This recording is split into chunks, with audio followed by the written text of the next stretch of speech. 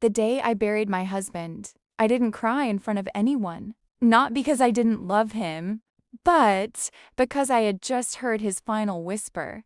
Promise me, Dawn. Single quotes to tell anyone what we really own. That same night, my daughter-in-law pointed at the front door and screamed, "Pack your bags! You're nothing but a useless old leech." I quietly picked up my suitcase because she had no idea the entire future of that family was already in my hands. My name is Margaret Collins, and for 43 years, my husband Edward and I built our life one sacrifice at a time. People thought we were ordinary.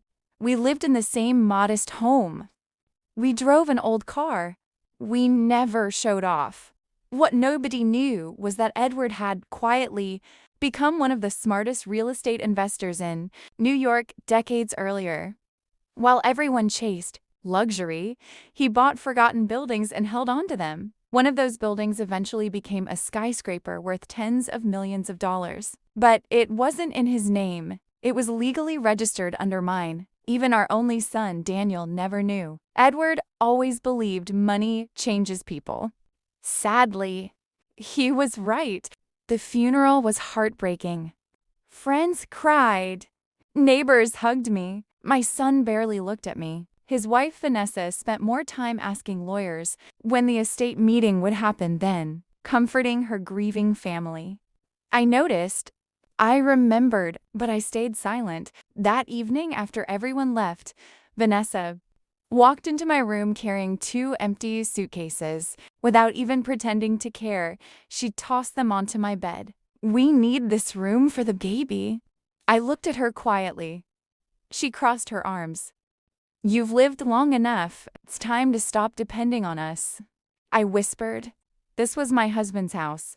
She laughed. "Not anymore." Daniel lowered his head. He said nothing. That silence hurt far more than her words. Then she shouted loud enough for the neighbors to hear, "Pack your bags, old leech. You're not staying here another night." For a moment, I thought Edward had prepared me for everything. But not this. I packed my clothes, kissed my husband's photograph, and walked away without arguing. They smiled as I left. Neither of them followed me. Instead of checking into a cheap motel, I entered one of the finest hotels in Manhattan. The receptionist greeted me by name. "Welcome back, Mrs. Collins." The next morning, I called Edward's attorney. "Start the second envelope." He simply replied, "It's time." 3 days later, my son received an official invitation. Mandatory estate reading. Neither Daniel nor Vanessa knew why the meeting was being held so late. They entered the conference room smiling confidently. They expected millions. Instia KO 8D. The attorney placed a single envelope on the table. Edward's final letter. "My beloved son, if you're reading this while your mother is sitting beside you, you have honored the greatest woman I have ever known. Everything I own becomes yours." Daniel smiled proudly. Vanessa squeezed his hand. Then the attorney continued reading. "But if your mother has been abandoned, insulted, or forced from her home." The room suddenly became silent. Then every investment, every account, every property under my authority remains permanently under Margaret's sole control. Vanessa's smile disappeared. Daniel turned pale. The attorney opened the final folder. Photos, security footage, witness statements, hotel records, everything. Edward had anticipated exactly what would happen after his death. He had quietly arranged proof of how I would be treated. Then came the final document. Ownership certificates, the $28 million inheritance, the Manhattan skyscraper, the investment portfolio.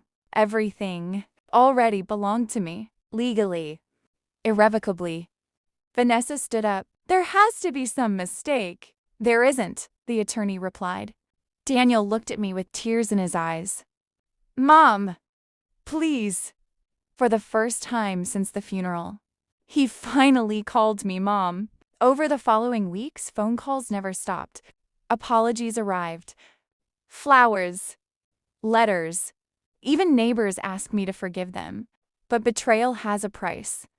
I didn't seek revenge through anger. I simply chose peace. I donated part of the fortune to senior housing charities. I created scholarships in Edward's name. I funded medical treatment for elderly people abandoned by their own families. As for the skyscraper, it became the foundation that helped hundreds of struggling families rebuild their lives. The Manhattan skyscraper. The investment portfolio. Everything already belonged to me, legally, irrevocably. Vanessa stood up. There has to be some mistake. There isn't, the attorney replied. Daniel looked at me with tears in his eyes. Mom, please. For the first time since the funeral. He finally called me Mom. Over the following weeks, phone calls never stopped. Apologies arrived. Flowers. Letters. Even neighbors asked me to forgive them. But betrayal has a price. I didn't seek revenge through anger. I simply chose peace. I donated part of the fortune to senior housing charities. I created scholarships in Edward's name. I funded medical treatment for elderly people abandoned by their own families. As for the skyscraper, it became the foundation that helped hundreds of struggling families rebuild their lives.